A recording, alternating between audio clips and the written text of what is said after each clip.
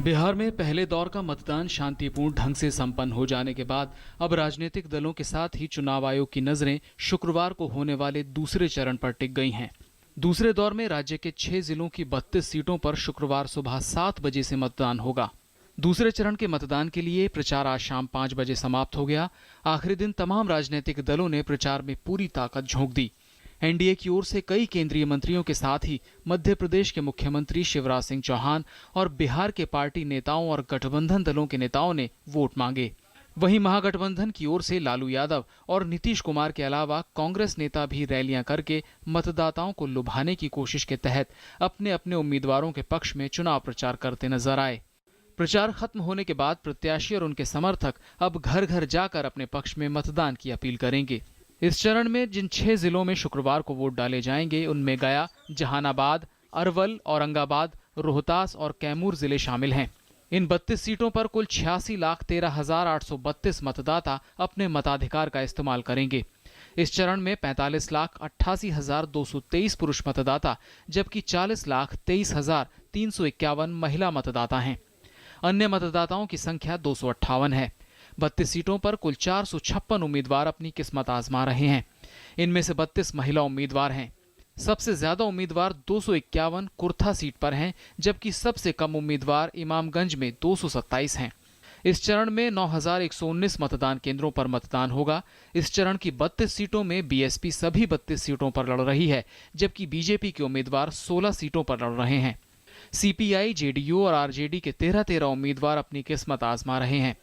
कांग्रेस और आरएलएसपी के 6-6 तथा एलजेपी के 3 उम्मीदवार मैदान में हैं। इस चरण में जिन 32 विधानसभा सीटों पर चुनाव होने जा रहे हैं उनमें से कई नक्सल प्रभावित हैं। नक्सलग्रस्त विधानसभा क्षेत्रों में मतदान का समय 7 बजे से 3 बजे और कुछ विधानसभा क्षेत्रों में 4 बजे तक है। नक्सल प्रभावित सीटों के सभी बूथों को संवेदनशील या अति संवेदनशील माना जा रहा है।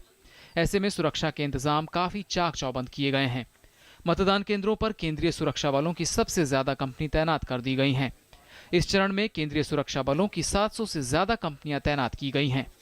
इस चरण के प्रमुख उम्मीदवारों की बात करें तो बीजेपी की ओर से 5 बार के विधायक रामेश्वर चौरसिया नोरवा से, पूर्व मंत्री प्रेम कुमार गया टाउन से, पूर्व मंत्री रामाधार सिंह औरंगाबाद से तथा बीजेपी के पूर्व प्रदेश अध्यक्ष गोपाल नारायण सिंह नबीनगर से चुनाव लड़ रहे हैं। पूर्व मुख्यमंत्री और हम के नेता जीतन राम मांझी मखदूमपुर और इमामगंज से किस्मत आजमा रहे हैं और दोनों सीटों पर शुक्रवार को मतदान होगा। मौजूदा विधानसभा के अध्यक्ष और जेडीयू नेता उदय नारायण चौधरी भी इमामगंज से चुनाव लड़ रहे हैं। नीतीश सरकार के स्वास्थ्य मंत्री रामाधनी सिंह करघर सीट से चुनाव लड़ रहे हैं। आरजेडी के दिग्गज नेता और 3 बार के विधायक इलियास हुसैन देहरी से चुनाव लड़ रहे हैं। इस बीच महागठबंधन के नेताओं ने चुनाव आयोग से मुलाकात कर पटना हवाई अड्डे से पीएम नरेंद्र मोदी और बीजेपी अध्यक्ष अमित शाह के पोस्टर और बैनर हटाने का आदेश देने को कहा। महागठबंधन के प्रतिनिधिमंडल ने इसे चुनाव आचार संहिता का उल्लंघन करार दिया। हालांकि एनडीए ने आरोपों को गलत करार देते हुए कहा कि कानून के मुताबिक अनुमति मिली है और पार्टी चुनाव आयोग के फैसले का सम्मान करती है। क्यों उनको इस बात से एतराज क्यों है पोस्टर से? ऐसा इसमें क्या लिखा हुआ है? इस बीच राज्य में विधानसभा चुनाव के लिए नामांकन के लिए गुरुवार को आखिरी दिन है। 5वें और आखिरी चरण के लिए पर्चा भरने का काम कल खत्म हो जाएगा। मधुबनी के बेनीपट्टी और हरलाखी विधानसभा के एनडीए प्रत्याशी ने नामांकन किया।